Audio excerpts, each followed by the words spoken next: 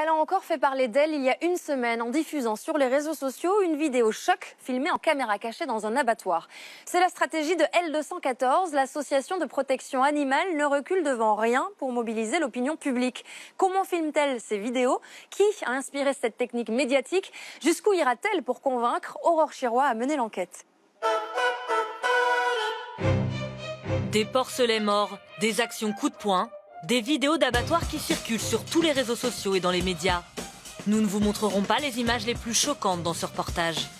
Derrière ces vidéos, une association L214 qui a réussi à imposer la cause animale dans le débat public. Si leurs méthodes sont parfois jugées extrêmes, et une association qui va aussi loin, c'est du terrorisme. Ils ont aussi des soutiens de poids. Leur reprocher à eux d'être violents, c'est du foutage de gueule. Ce qui est violent, c'est les images qui sont montrées. Avec une stratégie inspirée des associations anglo-saxonnes comme la PETA. On tient à ce que nos manifestations soient choquantes et controversées pour que les gens ne regardent pas ailleurs et n'oublient pas ce qu'ils ont vu. Ils ont réussi à alerter des hommes politiques. Il est sans doute plus facile d'entrer dans un sous-marin nucléaire que dans un abattoir. Le Tube a mené l'enquête à Paris et à New York sur la stratégie médiatique des nouveaux défenseurs des animaux. Et c'est dans un studio d'enregistrement que le couple qui se cache derrière L214 nous a donné rendez-vous. Voici Brigitte Gauthier et Sébastien Arsac. Ce matin-là, ils travaillent sur une vidéo. Et rien n'est laissé au hasard. Chaque mot du commentaire est pesé pour avoir le plus grand impact. Ces produits impliquent l'élevage des animaux et leur mise à mort. Je ne sais pas s'il faut le dire maintenant, ça, oui, ou s'il faut le mettre plus tard. Quand on mangeait la viande, il y avait plein de choses qu'on ne savait pas, parce qu'on s'y était jamais intéressé. Et là, vraiment, l'objectif, c'est de pouvoir leur faire percevoir, sentir ce qui se passe techniquement dans les élevages, mais de façon simple. Et pour vulgariser, même le ton du militant qui commente la vidéo est important. Et est-ce que, quand on passe aux alternatives, avoir un ton un peu plus positif par rapport au reste, tu vois, je sais pas comment refaire avec encore plus d'enthousiasme. Des moyens techniques presque professionnels.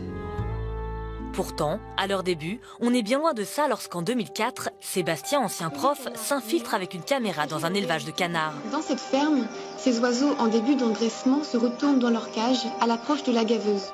Mais pratiquement aucun média ne reprendra sa vidéo. Alors 4 ans plus tard, il frappe plus fort. Cette fois, Sébastien infiltre un géant de la viande pour dénoncer les conditions d'abattage. Les médias commencent à s'emparer de leurs images.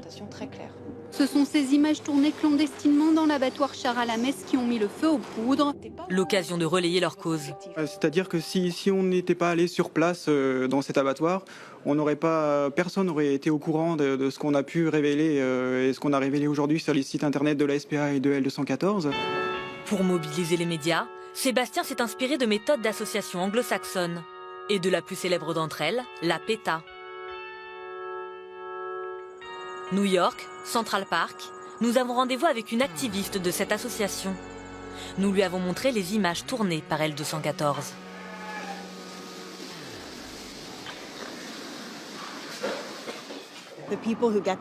Les personnes qui ont tourné ces vidéos sont des héros. Ils ont pris de gros risques. Alors nous avons l'obligation de regarder. Ce type d'enregistrement a permis d'apporter les images des abattoirs, des élevages et des laboratoires directement sur les téléphones et les ordinateurs des gens. Des méthodes dont la PETA assume la paternité. La plupart de nos ennemis sont des entreprises riches. L'industrie de la viande, par exemple, a des milliards de dollars de budget en pub. On a compris que des campagnes provocantes et controversées pouvaient faire la différence entre une histoire qui fait les gros titres et une histoire qu'on oublie. Une stratégie de communication qui permet d'occuper massivement les médias, comme nous le confirme Josh Kosman, journaliste au sein du célèbre New York Post. Ils viennent avec une idée précise pour illustrer leur conflit avec telle ou telle entreprise. Ils me proposent de bonnes histoires à la place du traditionnel communiqué de presse ennuyeux. Au New York Post, on aime les conflits. Donc si on peut les montrer face à une entreprise et qu'il y a du fond, c'est généralement une bonne histoire. Et la bonne histoire qui fera exploser médiatiquement L214 arrive en 2015. Lorsqu'il diffuse 3 vidéos d'abattoirs toujours filmées en caméra cachée. Elles sont vues plus d'1 million de fois sur les réseaux sociaux et tous les médias s'en emparent. C'est une vidéo d'une association de défense des animaux qui a alerté les pouvoirs publics. Bonsoir Brigitte Gauthier, vous êtes porte-parole de cette association. C'est un océan de souffrance derrière les murs de l'abattoir d'Alès. C'est avec les vidéos d'octobre 2015 qu'on les a découverts. Des vidéos qui ont frappé l'esprit de la population. Ils sont extrêmement efficaces dans leur stratégie. Tout est pesé, tout est extrêmement millimétré et c'est fait de manière très très intelligente. La preuve en est, c'est qu'ils ont désormais l'oreille de politique, alors que ce n'était pas le cas auparavant.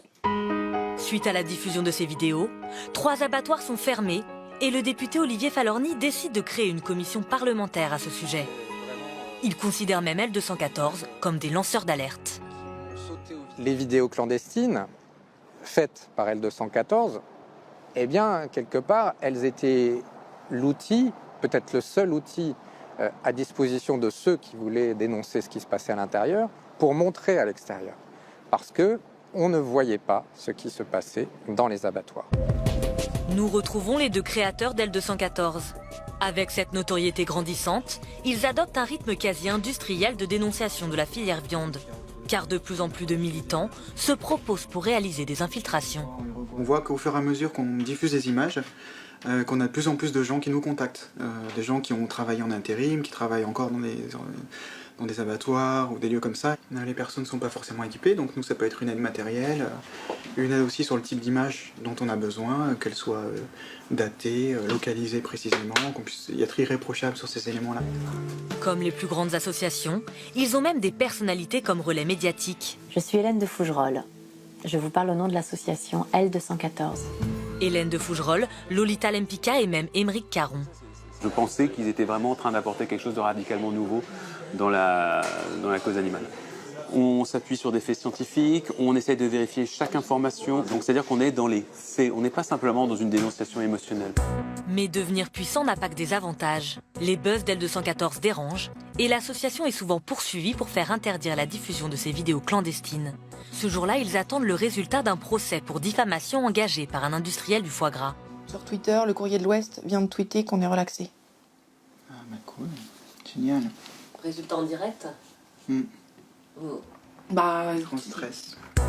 Pour Roland Tonarelli, le producteur de foie gras qui poursuivait L214 et que nous avons pu joindre par téléphone, c'est un autre sentiment qui domine. Le tribunal a considéré que L214 a agi dans le cadre de son idéologie végétarienne et que le public en est parfaitement informé. Je suis déçu parce que nous considérons qu'il y a des abus dans la liberté d'expression et qu'on ne peut pas le sanctionner.